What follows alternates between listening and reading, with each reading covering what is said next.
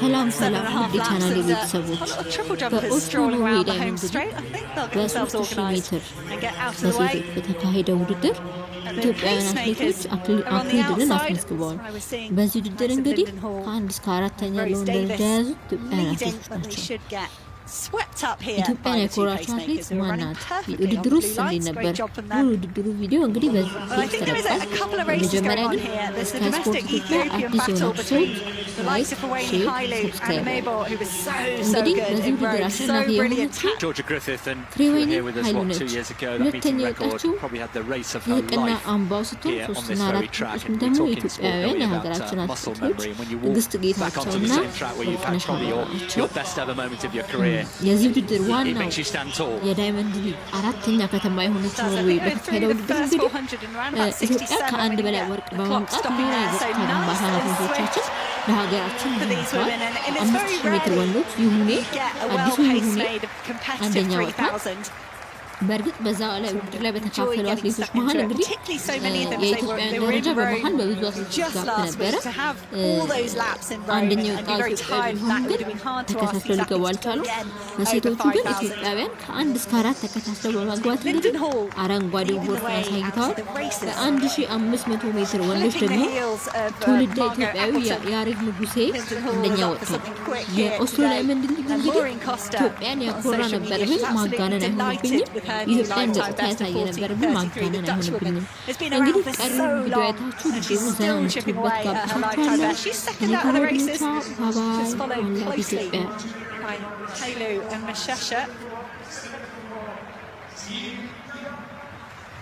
Decent pacing, 66.6 for the first 400. In our score, you can see the green lights just edging away from the first pacemaker, never mind the rest of the field.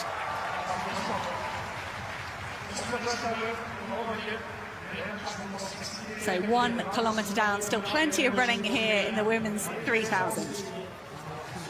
So let's take an early look at the men's pole vault competition. No Mondou Duplantis here. He has other personal matters to attend to, like getting married at the weekend. So another chance for somebody else to come out of his shadow, as we saw at the weekend in Stockholm with Curtis Marshall. There is Zach Bradford with the bar at 5:62 Safia. That's Sondre Thomsen. Now, Norway has never had a winner of the men's pole vault here at the Bislett Games ever.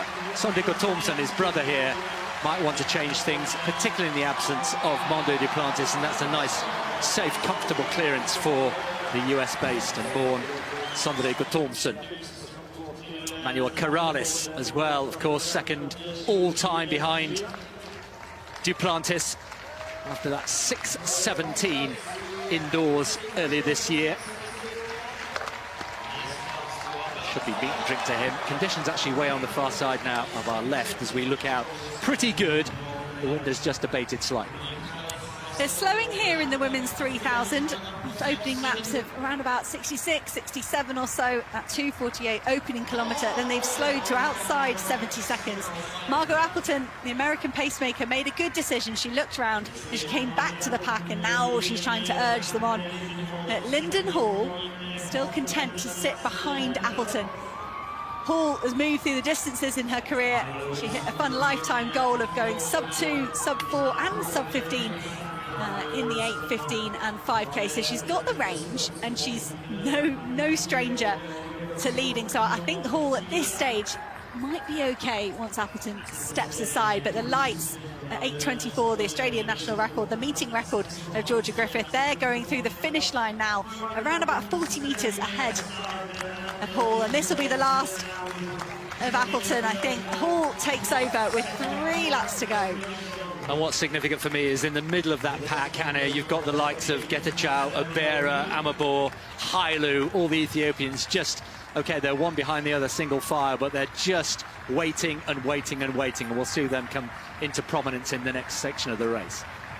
Just moving towards the 2 kilometre split, and I've got to say, Margot Appleton is doing a phenomenal job here. She's a 1500 metre specialist in my eyes. She's taken these athletes almost to 2K. They passed through 2:42, so 2:53 for the second kilometre. It has slowed slightly. And that talent you mentioned, Chris, a whole brace of brilliant Ethiopians. They will be very much playing on the mind of Linden Hall. I think the advantage that Hall and Costa have got here, there's no pushing and shoving where they are. There's a few changings of the positions behind. You can see Megan Keith of Britain just trying to get involved. I think with Getachew, and Mabel is just ahead of Getachew, but you know, it's a smoother ride for these two in the lead. There's no change in the racing order with 800 to go. Well, Linden Hall's doing a lot of the heavy lifting here, and she'll be feeling the presence behind her. Costa and then Hailu, Amabor as well. Megan Keith up to 7th at the moment. Mishesha just behind her. Now, it was at this point in Rome that Ferengi Hailu, with 600 metres to go, the woman in 3rd place now, made a massive move and it didn't pay off. She faded back to 3rd, and Hailu, she's moving wide. She's looking like she's tempted. But I just wonder if that memory from Rome last week might dampen the excitement here for Hailu. She might just be a bit more patient. Hall has been squeezing the pace here at the front. They were back down to 67 seconds on the previous lap. So the Australian, she isn't just running passively at the front here, and she's actually pulling the athletes back towards the green lights. We're only around about 10 or 15 metres away from them now. Well, Linden Hall gets ready to take the bell, and she has worked incredibly hard as Hailu just moves up into 2nd place ahead of Costa, Amibor as well, lurking with this 400 metres to go, and all the Ethiopians are now starting to gather and make their mark. The bell has such an effect on athletes. They realise they're in the final stages of a race. They've bunched up here at the front, and Linden Hall has been swallowed up by 3 Ethiopians. The Australian's going to try and stay strong here. It's a squeeze from Hailu. It's a slight push. I don't think the 2-time world indoor 3,000 metre champion has gone flat out yet. But there, for the first time, I think Hailu is trying to get herself a win here in Oslo. She took a great win in Rabat over 1,500 metres. She's got to be confident in her speed. But here comes Amabor of Ethiopia, the winner in Rome over 5,000. Can she do it again? Over 3,000. But Ferengi Hailu, did she learn from Rome? Has she saved something here for the home straight? Ferengi Hailu with a brilliant turn of pace in the last 60, streaks away. And she's going to just get underneath. No, she's 100th outside the meeting record, but it is a new world lead for Ferengi Hailu. And that, I think, was a real response to what happened to her in Rome at the hands of Mabel just last week. Ferengi Hailu mixed it up and saved something for the home straight. 8:24.22 in the end.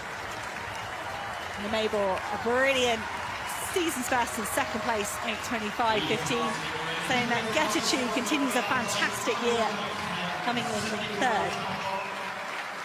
Well, Ethiopian 1, 2, 3, and we've known about the talent of Ferengi Hailu for a long time, but you called it perfectly, Hannah. To learn from the experience of the previous race shows that she's a bright, intelligent racer as well, and she did leave something for the latter stages and still look pretty fresh when she crossed the line, just missing out on the meeting record. But the fastest time in the world this year, and an Ethiopian 1, 2, 3, 4 actually, with Haiwi Abera coming in 4th place.